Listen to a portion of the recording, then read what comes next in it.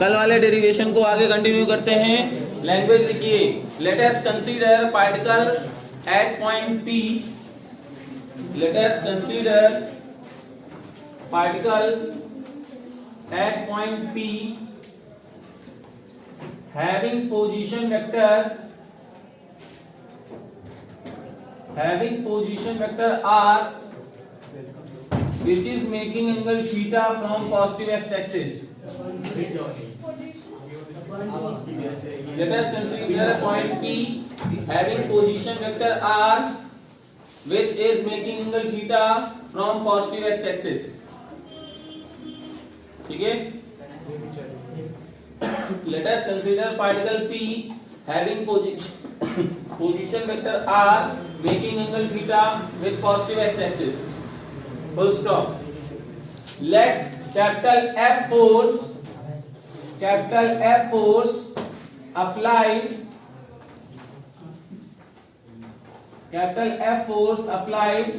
at an angle phi from positive x-axis. Let capital F force applied at point P which is making angle phi with positive x-axis as shown in figure. ठीक है ना? As shown in figure. There are two components of forces. There are two components of force, Fx and Fy. Okay, there are two components of forces, Fx and Fy. There are two components of forces, Fx and Fy, which will provide their turning effect.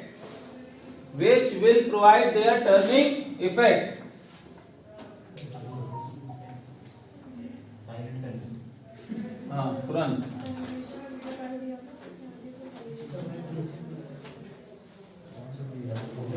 ठीक है, अब जरा ध्यान से सुनना। Okay, तो दोनों अपना टर्निंग इफेक्ट दे रहे थे, यानी दोनों ही टॉर्क प्रोवाइड करेंगे। और कल मैंने आपको टॉर्क लेने की डायरेक्शन बताई थी कैसे लेते हैं। ठीक है, यहाँ पे जिस पॉइंट के अलोंग चाहिए लिखा, सर ये Fx इधर लग रहा था, आपने एक फोर्स लेके आया इधर लगाया तो देखो कैसे घूम गया। तो Fx ने यहाँ पे जो टर्निंग इफेक्ट दिया है वो कैसे दिया है, क्लॉकवाइज। और Fy जब देखने जाएंगे वो टर्निंग इफेक्ट किधर दे रहा था, anti clockwise,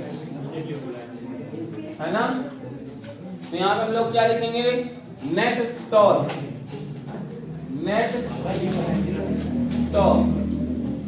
tau net is equal to, ओए शांत हो जाओ भाई, टाउ 1 प्लस टाउ 2। ठीक है, वेक्टर क्वांटिटी इसलिए लगा दिए। अब जरा मेरी बात ध्यान से सुनना, यहाँ पे बात ये सुनना है कि इसने टाउ 1 दिया, सपोज इसने टाउ 1 दिया और इसने टाउ 2 दिया। क्लियर है? एंटी क्लॉकवाइज को अगर हम लोग पॉजिटिव कंसीडर कर रहे हैं तो क्लॉकवाइज को नेगेटिव कंसीडर करना पड़ेगा। बोलो बात समझ में आ रही? ठीक है, तो अगर हम लोग क्या करते हैं, एंटी क्लॉकवाइज को पॉजिटिव कंसीडर कर ले रहे हैं तो क्लॉकवाइज, कोई दिक्कत नहीं है, चाहे जो कुछ करो। अगर आप इसको भी पॉजिटिव कर लोगे तो कोई प्रॉब्लम होगी नहीं, नीचे लास्ट में एक माइनस आ जाएगा क्योंकि वो डायरेक्शन दे रहा है। ठीक है, अभी बताता हूँ कैसे। तो अगर यहाँ पे एंटी क्लॉकवाइज को पॉजिटिव किया, इसको नेगेटिव किया, तो यहाँ टाउ 1 सपोज क्या दे रहा है, ऐसे दे रहा था, ये ऐसे दे रहा है, नहीं ऐसे तो टाउ 2 किसके लिए माना, किसी के लिए भी मान लो। टाउ 2 सपोज ये, टाउ 2 ये ले लिया, टाउ 1 ये ले लिया। ठीक, तो अब जरा ध्यान से सुनना, अगर ऐसा है तो यहाँ पे हो जाएगा माइनस Fx। और जरा देखो Fx इस लाइन ऑफ एक्शन में है तो इसका परपेंडिकुलर डिस्टेंस कितना हुआ, r sin थीटा हुआ ना। तो Fx into r sin theta plus, क्योंकि टाउ ये प्लस है, Fy। अब जरा देखो Fy ये इधर से यहां से ऐसे जा रहे हैं ना, तो Fy से परपेंडिकुलर डिस्टेंस कितनी है, आर कॉस थीटा। तो टाउ नेट कितना हुआ, यहां हम लोग लिख सकते हैं sir F Y R cos theta minus F X R sine theta. अब जरा ध्यान सुनना, एफ वाई की वैल्यू रखें, एफ वाई बोले तो एफ साइन फाई, बोलो F sine phi R cos theta minus F cos phi R sine theta. यहां तक कोई डाउट है किसी को? कोई डाउट है किसी को? एफ वाई जो होगा क्या होगा, एफ साइन फाई, और एफ एक्स जो होगा वो क्या होगा, एफ कॉस फाई। ठीक है, चलिए एफ और आर को इधर लेते हैं, sine phi cos theta minus cos phi sine theta. ये एक फॉर्मूला होता है मैथमेटिक्स में साइन ए माइनस बी का, और क्या होता है formula, sign A cos B minus cos A sine B. ठीक है ना, ये मैथमेटिक्स का फॉर्मूला है, sign A cos B, sign A cos B minus cos A sine B. ठीक है ना, और इसको क्या साइन ए माइनस बी लिख सकते हैं ना, तो यहां से क्या लिख सकते हैं हम लोग, F into R into sine phi minus theta. ठीक है ना बेटा, यस सर। आ गया। अब जरा देखो ध्यान से, अगर मैं यहां पे इस एंगल को जो यहां पे दिया हुआ है फाई, ये पूरा था, देखना बेटा, है ना, और थीटा देखो ये यहां से है तो ये भी थीटा ही बनाएगा, तो क्या ये फाई माइनस थीटा नहीं है, ये एंगल जो कि आर और किसके बीच में है, एफ के बीच में, जिसको अल्फा भी लिख सकते हो। तो यहां से अगर इसको अल्फा लिख लिया तो हमारे लिए रिजल्टेंट क्या हो गया, टाउ नेट इक्वल टू हो गया एफ आर साइन अल्फा। बोलो ये रिजल्ट आया नहीं आया, कोई डाउट है इसमें? Where alpha is what, alpha is what, alpha is the angle between force and line of action. ठीक है ना, force and line of action. बोलो क्लियर है? या कह सकते हो ये position vector, force and position vector, इसके बीच का एंगल है। आई बात समझ में कि नहीं आ गई? ठीक है, तो यहां पे देख लेंगे where alpha is angle between force and position vector. ठीक है, तो अब जरा मेरी बात ध्यान से सुनना बेटा, अगर जरा ये देखो, अभी आप लिखते थे ना ए बी साइन थीटा लिखते थे, तो उसको क्या लिखते थे, ए क्रॉस बी लिखते थे, नहीं लिखते थे? बोलो बेटा, जैसे अभी तक लिखते थे ए क्रॉस बी जो होता था वो ए बी साइन थीटा होता था, तो यहां पे हमारे लिए क्या गिवन है, यहां पे हमारे लिए गिवन है sir F R sine alpha. तो क्या डेफिनेटली यहां पे कंफर्म है कि यहां पे ये वैल्यू लिखनी पड़ेगी? बोलो सर एन कैप भी तो होना चाहिए। हाँ, एन कैप चलेगा, मतलब N cap is the direction, इसमें कहां है? आएगा आएगा। अभी तो केवल मैग्नीट्यूड निकाला है ना तुमने, ये तो मैग्नीट्यूड निकाला है। अगर इसी को वेक्टर फॉर्म में लिखते हो, इन वेक्टर फॉर्म, तो वेक्टर फॉर्म क्या लिखोगे, tau net equal to R cross F. कभी गलती से एफ क्रॉस आर मत लिखना, ठीक है ना, ये आर क्रॉस एफ जो होगा यही टॉर्क होगा। बोलो किसी को कोई डाउट है यहाँ तक? इस पूरे डेरिवेशन में अगर किसी को कोई प्रॉब्लम हुई हो कहीं पे तो बताओ, है ना। अब जैसे तुम कह रहे थे सर क्लॉकवाइज को अगर हम पॉजिटिव ले लेते, एंटी क्लॉकवाइज को नेगेटिव, कोई दिक्कत ना होती, सिर्फ एक माइनस साइन बाहर आ जाता। जैसे ये माइनस साइन बाहर आ जाता तो यहाँ माइनस लग जाता, ठीक है। नहीं ऐसा कर सकते हो, कोई दिक्कत नहीं, न्यूमेरिकल हम लोग करेंगे भी, कर लेंगे, कोई दिक्कत नहीं होगी, कुछ नहीं होगा। सिर्फ आपको कंसीडर क्या करना है, जो आप एक पॉजिटिव लेंगे दूसरे को नेगेटिव कंसीडर कर देना। आएगा माइनस में तो जानते हो वो माइनस साइन क्या इंडिकेट करेगा, जैसे अभी तक करते हैं ना, जैसे सपोज एक्सेलरेशन की वैल्यू माइनस आ गई, पुली वाले क्वेश्चंस में करते थे ना, तो इसका मतलब क्या होता था, हमने डायरेक्शन गलत एज्यूम कर लिया, तो वही चीज यहाँ पे हो जाएगी। टॉर्क का मैग्नीट्यूड सेम रहेगा और क्या मैग्नीट्यूड निकल के आएगा, आर एफ साइन अल्फा या साइन थीटा, जो भी अभी बात करेंगे, where alpha is the angle between R and F. Clear है? अब अगर मान लीजिए हमने क्लॉकवाइज और एंटी क्लॉकवाइज में प्लस माइनस जैसा तुम बोल रहे हो, अगर किसी ने गलत भी कर दिया तो माइनस साइन आएगा, वो माइनस साइन इंडिकेट करेगा कि जो आपने डायरेक्शन ली थी वो क्या थी, गलत थी। बस इतनी बात होगी। अभी हम लोग न्यूमेरिकल्स करेंगे, सारी चीजें समझ में आ जाएंगी। तो बोलो इतने में कोई डाउट है किसी को, कोई प्रॉब्लम? अगर एक बार और बता दें, ये पॉइंट P था, इसमें F फोर्स लग रहा है जिसमें फाई एंगल बनाया हुआ है, और इस पॉइंट का पोजीशन वेक्टर R है जिसने थीटा एंगल बनाया हुआ था, इसको और से बढ़ा दिया, ठीक है। तो फोर्स के दो कंपोनेंट्स होंगे, एक Fx होगा और एक Fy होगा, दोनों ही अपना टर्निंग इफेक्ट देंगे। ये वाला इधर दे रहा है, ये वाला टर्निंग इफेक्ट क्लॉकवाइज दे रहा है। कल मैंने बताया था कैसे लेते हैं क्लॉकवाइज एंटी क्लॉकवाइज, ठीक है। अब मैंने क्या किया, अब दोनों टॉर्क दे रहे थे तो मैंने नेट टॉर्क लगा दिया, जितने टॉर्क प्रोवाइड करेंगे सबको मैंने लिख दिया, tau 1 plus tau 2 plus tau 3, अगर 3 होते 4 होते जैसा भी होता लिख दिया। अब वेक्टर साइन के लिए यहाँ पे जूम कर लिया, एंटी क्लॉकवाइज को प्लस, क्लॉकवाइज को नेगेटिव। ऐसा कोई हार्ड एंड फास्ट रूल नहीं है कि आप क्लॉकवाइज को ही प्लस लेंगे, कतई नहीं। अगर आप यहाँ पे साइन को इंटरचेंज करते हैं तो यहाँ पे एक माइनस साइन आ जाएगा, जो कि इंडिकेट क्या करेगा कि आपने जो डायरेक्शन ली थी। अभी देखो ये वैल्यू कैसी आ रही है, प्लस में आ रही है। अभी ये वैल्यू कैसी आ रही है, मतलब हमने जो डायरेक्शन लिया वो सही लिया।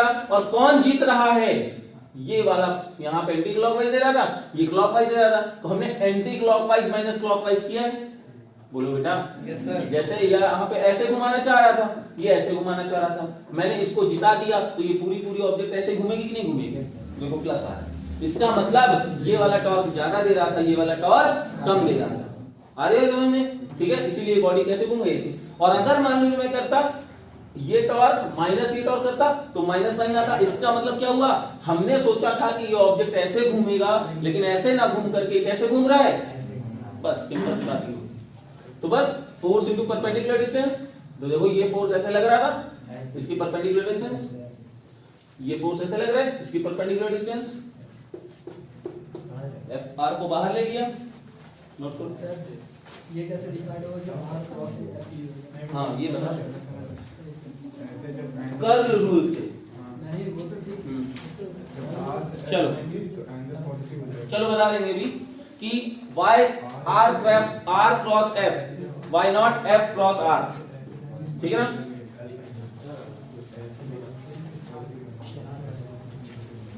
अब हेडिंग डालो रोटेशनल इक्विलिब्रियम, हेडिंग डालो रोटेशनल इक्विलिब्रियम। जैसे वहां पे एक इक्विलिब्रियम कंडीशन होती थी ना, जब बॉडी इक्विलिब्रियम होता था तो क्या खास बात होती है, जिससे कुछ वो बताएगा, अनुष्का बताएंगी। जब आप लीनियर मोशन पढ़ रहे थे तो उसमें मैं बोलता था ना कि बॉडी इक्विलिब्रियम में है, तो क्या कंडीशन होती थी,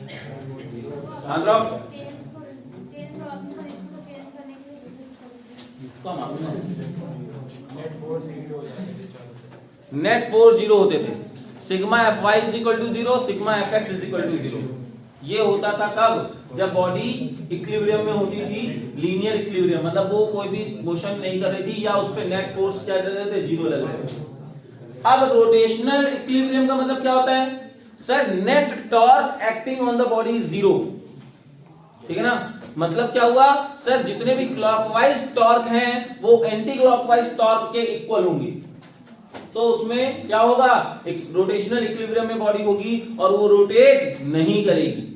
बात समझ आई नहीं है, तो क्या लिख सकते हैं इसमें, rotational equilibrium is the in rotational equilibrium the algebraic sum of torque in clockwise equal to the algebraic sum of torque in anti-clockwise।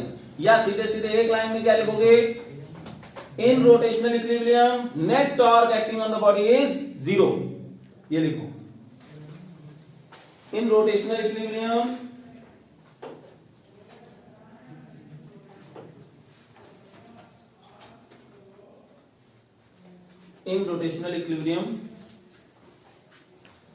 net torque acting on the body will be 0। नीचे एक line क्या लिख सकते हैं, torque in clockwise equal to torque in anticlockwise direction, torque in clockwise direction equal to torque in anticlockwise direction. नीचे formula हो जाएगा, torque in clockwise direction equal to the torque in anticlockwise direction. ठीक, okay, एक तो ये हो गया। अच्छा, टॉर्क को हम लोग मोमेंट ऑफ फोर्स भी बोलते हैं, ठीक है ना। तो एक हेडिंग क्या लिख लेना, मतलब एक लाइन लिख लेना, torque is also known as moment of force. कई बार अगर पता लगा आपसे पूछ लिया गया कि मोमेंट ऑफ फोर्स निकालो, तो लोग कहोगे ये तो पढ़ाया नहीं गया, तो ऐसा मत करना, ठीक है ना। टॉर्क के घर का नाम क्या है, मोमेंट ऑफ फोर्स, हाँ, निकनेम, ठीक।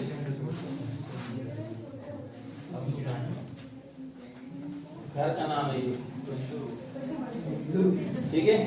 अब जरा एक क्वेश्चन देता हूं, देखो बेटा, ऐसे क्वेश्चन तो मैं ऐसी उम्मीद करता हूं कि आप लोग कर लेंगे, जिसमें आर एक पोजीशन वेक्टर दे दिया जाए और फोर्स भी वेक्टर फॉर्म में दे दिया जाए और बोला जाए टॉर्क निकालो, तो डायरेक्टली आर क्रॉस एफ कर लोगे। एक क्वेश्चन करा दूं, करा देना। चलो लिखो, देखिए देखिए, find the torque of a force, find the torque of a force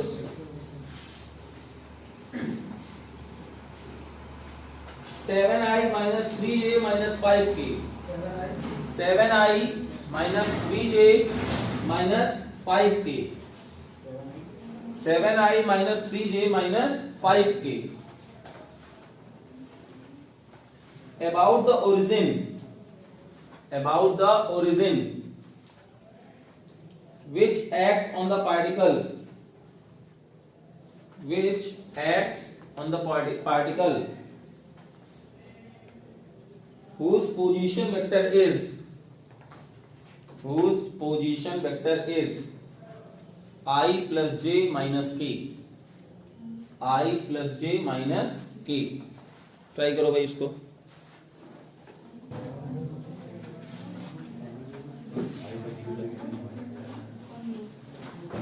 next question करते हैं, नेक्स्ट क्वेश्चन लिख लो। नेक्स्ट क्वेश्चन बहुत अच्छा है, लिखिए, a metal bar 70 centimeter long, a metal bar 70 centimeter long and 4 kg in mass, a metal bar 70 centimeter long and 4 kg in mass is supported on two knife edges, two knife, K-N-I-F-E, knife edges placed 10 centimeter from each end, 10 centimeter from each end, full stop, full stop. A 6 kg weight, a 6 kg weight is suspended at 30 centimeter from one end. A 6 kg weight is suspended at 30 centimeter from one end. ठीक है ना? A 6 kg weight is suspended at 30 centimeter from one end. Full stop. Find the reactions at knife edges. Find the reactions at knife edges.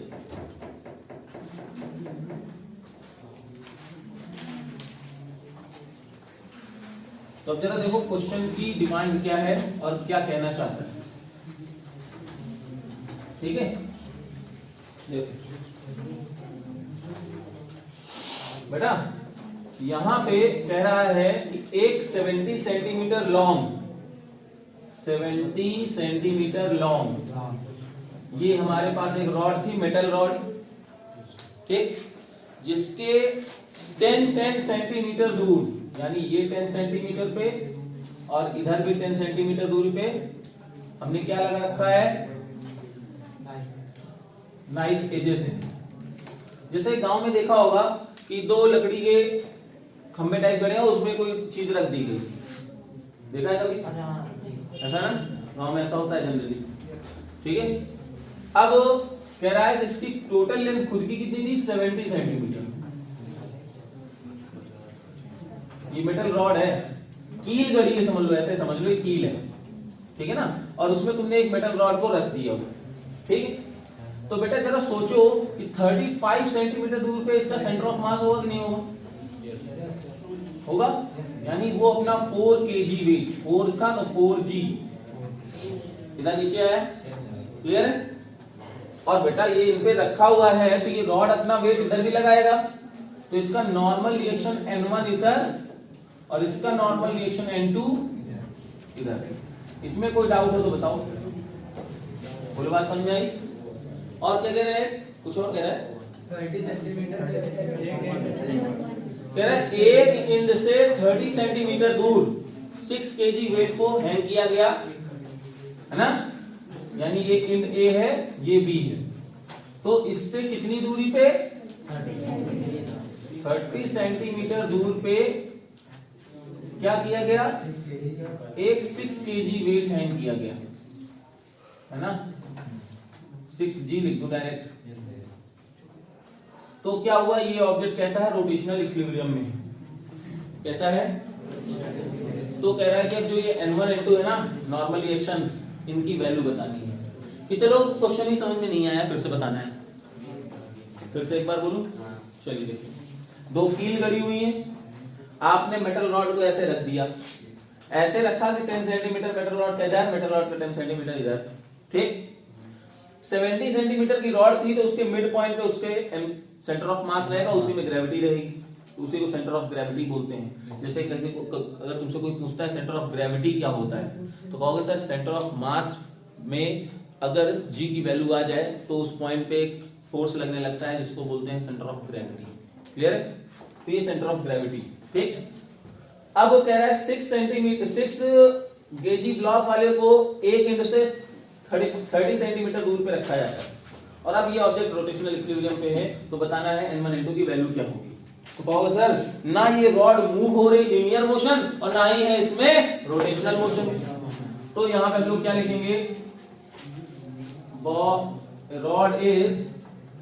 Rod is in equilibrium, linear equilibrium, और कौन सा linear मानते हैं अभी, ठीक है ना।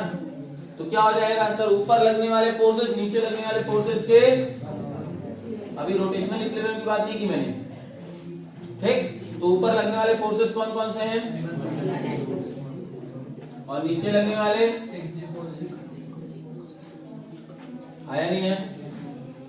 अब rod is in rotational equilibrium, तो क्या होगा बेटा, एक काम करते हैं, अगर रोटेशनल इक्विलिब्रियम में है तो हम लोग क्या ले लेते हैं, सिग्मा टाउ की वैल्यू 0, और किस पॉइंट के लॉन्ग, अबाउट पॉइंट N1 इसके लॉन्ग ले लिया। क्यों इसके लॉन्ग लिया, इसी में भी ले सकते हो, आपकी मर्जी है कि सर क्या मैं इस पॉइंट के लॉन्ग टॉर्क ले लूं, इस पॉइंट के लॉन्ग टॉर्क ले लूं, इस पॉइंट के लॉन्ग, किसी के भी लॉन्ग ले सकते हो। मैंने इसके लॉन्ग इसलिए लिया क्योंकि इस पॉइंट पे अगर ले लोगे ना तो कम से कम N1 की वजह से जो टॉर्क लगेगा वो 0 हो जाएगा। बात समझ में आई कि नहीं आई, क्योंकि मैंने आपको पढ़ा रखा है कि अगर आपने फोर्स उसी पॉइंट पे लगा दिया जिस पॉइंट के अलोंग आप नेट टॉर्क निकाल रहे हैं, तो उसकी वजह से नेट टॉर्क कितना हो जाएगा, 0 हो जाएगा।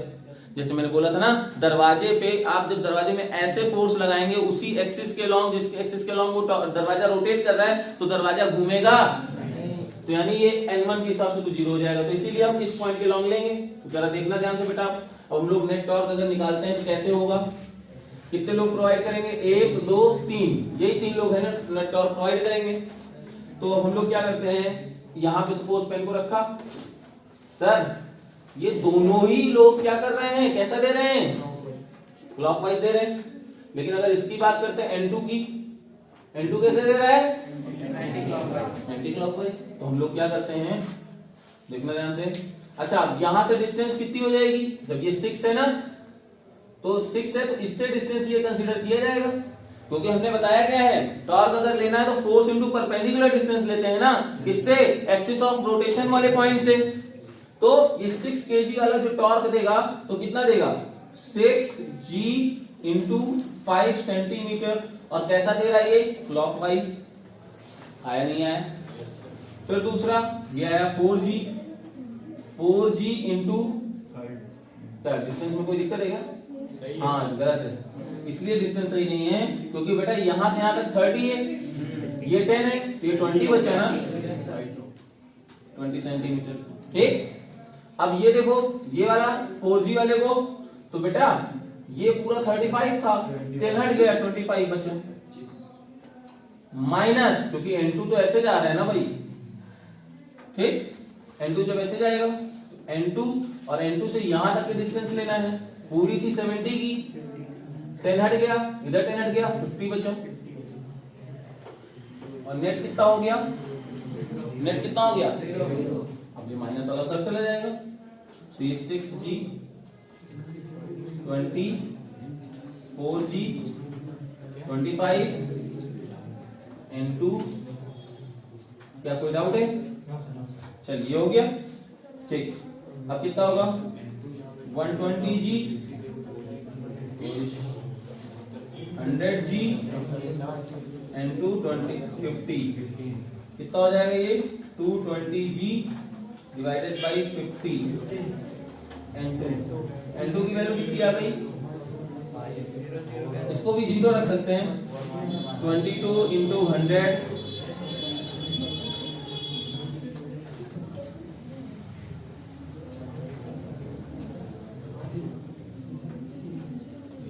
बोलो भाई। N2 की वैल्यू आ गई 44 न्यूटन। कितने लोगों को ये न्यूमेरिकल नहीं हजम हुआ? हाँ बताओ, फिर से बताऊं मैं? चलो फिर से एक बार देखते हैं। बेटा जरा सोचो, नेट टॉर्क हमको 0 करना है, इस पॉइंट के लॉन्ग N1 के लॉन्ग, जिस पॉइंट के लॉन्ग आपको नेट टॉर्क 0 करोगे उस पॉइंट पे जितने भी फोर्स लग रहे हैं उनकी वजह से कोई टॉर्क, ये बात अगर ना समझ में आए तो लिख लेना। अब बात करते हैं इसके लिए, तो सर ये फोर्स लगा 6G नीचे, परपेंडिकुलर डिस्टेंस ये लो, तो ये सर यहां से यहां तक 30 था, 10 हट गया, 20 बचा, तो 6G इंटू 20। और कैसे जा रहा है ये? Clockwise, clockwise. ठीक है सर, ये है 4G, इसकी यहां से डिस्टेंस कितनी हो जाएगी? 25, 4G इंटू 25, डायरेक्शन भी क्लॉकवाइज, ये हो गया। N2 ऐसे जा रहा है, एंटी क्लॉकवाइज, तो N2 इंटू 50 और माइनस साइन सब। और कोई टॉर्क लगा रहा है क्या? हाँ मैंने बोला था ना डायरेक्शन नहीं के लिए क्या करो, रख लिया, जिस पॉइंट पे रखना है उसको फिक्स करो। फोर्स ऊपर लग रहा है ना, देखो कैसे लग रहा है, सिंपल। ठीक है, ये माइनस साइन चल रहा है, इसको उधर कर दिया, सॉल्व किया, N2 आ गया। N2 की वैल्यू उठाओ, इक्वेशन फर्स्ट में रखो, N1 आ जाएगा। कोई डाउट? जल्दी करो। तो टॉर्क के लिए एक न्यूमेरिकल और लिख लो भाई, होमवर्क पहले लिख लो, बाद में छापते रहना। 3 metre long ladder, 3 metre long ladder, 3 metre long ladder having weight 20 kg, 3 metre long ladder having weight 20 kg leans on a frictionless wall, LEANS,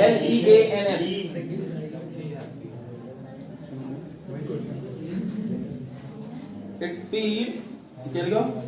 leans on a frictionless wall, full stop, its feet rest on floor, frictionless wall, full stop, its feet rest on the floor 1 meter from the wall as shown. Its feet rest on the floor 1 meter from the wall as shown. Full stop. Find the reaction forces of the wall and the floor. Reaction forces of the wall and the floor. Reaction force, जैसे ये wall है and the floor, ठीक है, ये ladder है, ladder, ठीक है, वो लैडर है ना, ठीक, अब जरा क्वेश्चन सुन लो बस ध्यान से। तो बेटा इसका वेट जो होगा वो यहाँ पे बीचों बीच लग रहा होगा W, बोलो आ रही बात समझ में, ठीक है ना। और ध्यान से सुनिए, ये इस पे नॉर्मल रिएक्शन लगा रहा है N2, ये ऊपर नॉर्मल रिएक्शन लगा रहा है N1। अब जरा ध्यान से सुनिए बच्चे, जब अगर सुनो वे, अगर इसको फिसलना होता, अगर इसको फिसलना होता तो ये वाला इधर जा रहा होता ना, बोलो, तो इसकी वजह से फ्रिक्शनल फोर्स इधर लगेगा कि नहीं लगेगा, बोलो लग जाएगा, ठीक है। अब जरा मेरी बात ध्यान से सुनना, क्या हम कह सकते हैं कि सर जो ये N1 होगा ये W के बराबर होगा, क्योंकि रॉड में और कोई फोर्स, यानी N1 की वैल्यू किसके बराबर, और जो ये Fr है ये N2 के बराबर, देख लो क्यों, क्योंकि हॉरिजॉन्टल फोर्सेस, ये तो वर्टिकल फोर्स को हमने बराबर किया, यहां से सिग्मा Fy की वैल्यू 0 हुआ, बोलो यार, और यहां से सिग्मा, क्योंकि ना ही ये रोटेट कर रही है और ना ही ये मूव कर रही है, तो यहां से ये दोनों तो निकाल लिया, दो इक्वेशन तो मिल गई।